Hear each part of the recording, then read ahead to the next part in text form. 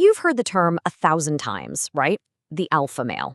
It brings up this really specific, really powerful image. But what does the actual science say about the person who just commands a room? Well, in this explainer, we're going to pull that whole idea apart and look at what the evidence really tells us about social influence. So, let's dive right in. So let's start with the big question right off the bat. What really makes an alpha male? I mean, is it about being the loudest person in the room, the strongest, the most confident? Or is there something else going on here?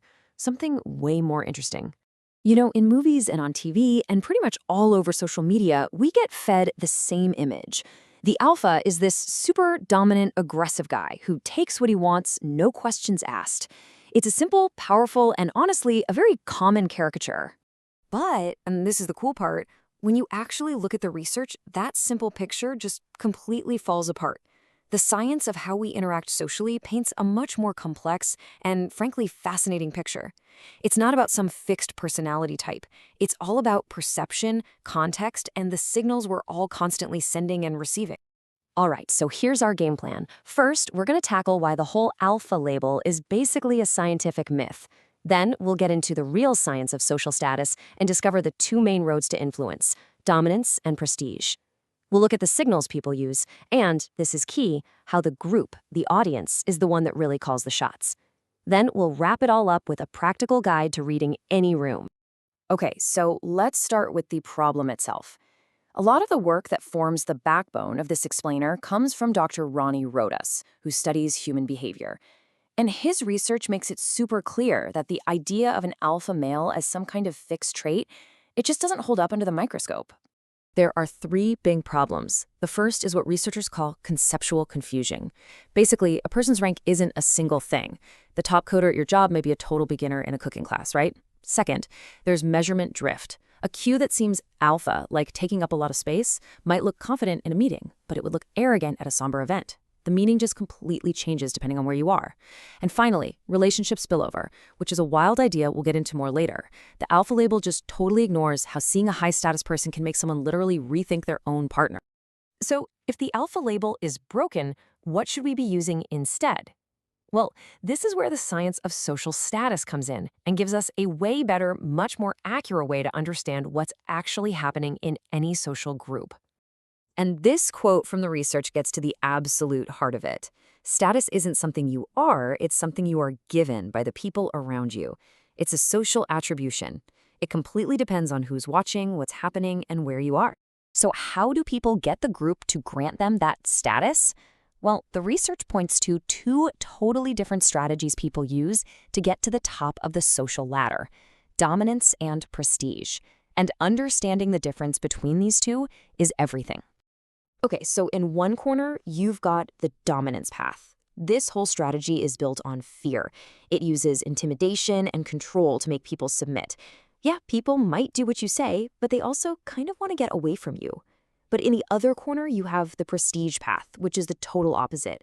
It's built on respect and admiration that's earned through real skill, competence, and being generous with your knowledge. This makes other people want to listen to you, learn from you, and actually be around you. All right, so people use these dominance or prestige strategies, but how does the group know which one they're seeing? It all comes down to signals. These are the little cues, both verbal and nonverbal, that broadcast our status to everyone else. So let's see what the research says is most important. Whoa, check this out. This data from the research pilot is so telling. Just look at that first bar there. By a huge margin, the most studied theme is nonverbal status signals. That tells us that when it comes to social rank, what our bodies are doing often speaks way louder than what our mouths are saying. So what are these super powerful signals? The research keeps pointing to the same few things: an expansive, open posture versus a closed-off, small one; direct, steady eye contact; a vocal tone that's a bit lower in pitch and steady; speech that's assertive, which is different from aggressive; and the ability to show emotion in a controlled, composed way. These are the cues people are reading, usually without even realizing. But here's the twist. Sending out signals is only half the battle. The other half, and you could argue it's the more important half, is how the audience, the rest of the group, actually receives and interprets those signals. Turns out, status is a team sport.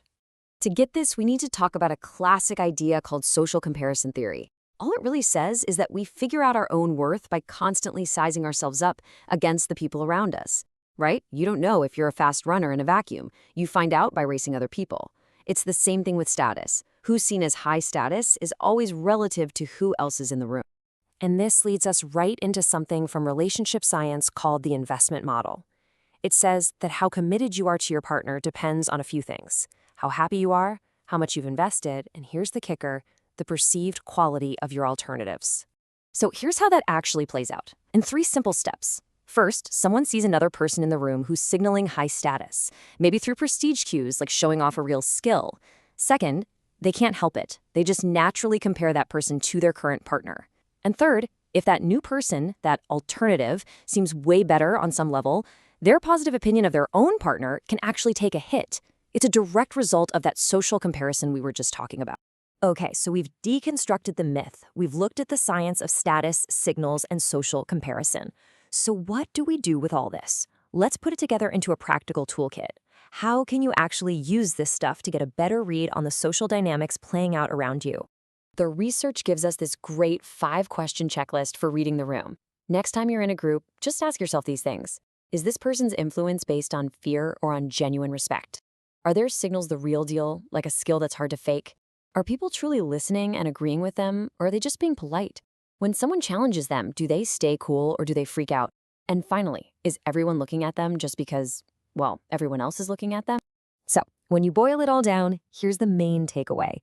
Alpha isn't a type of person, it's a role that a group gives to someone based on signals in a specific moment.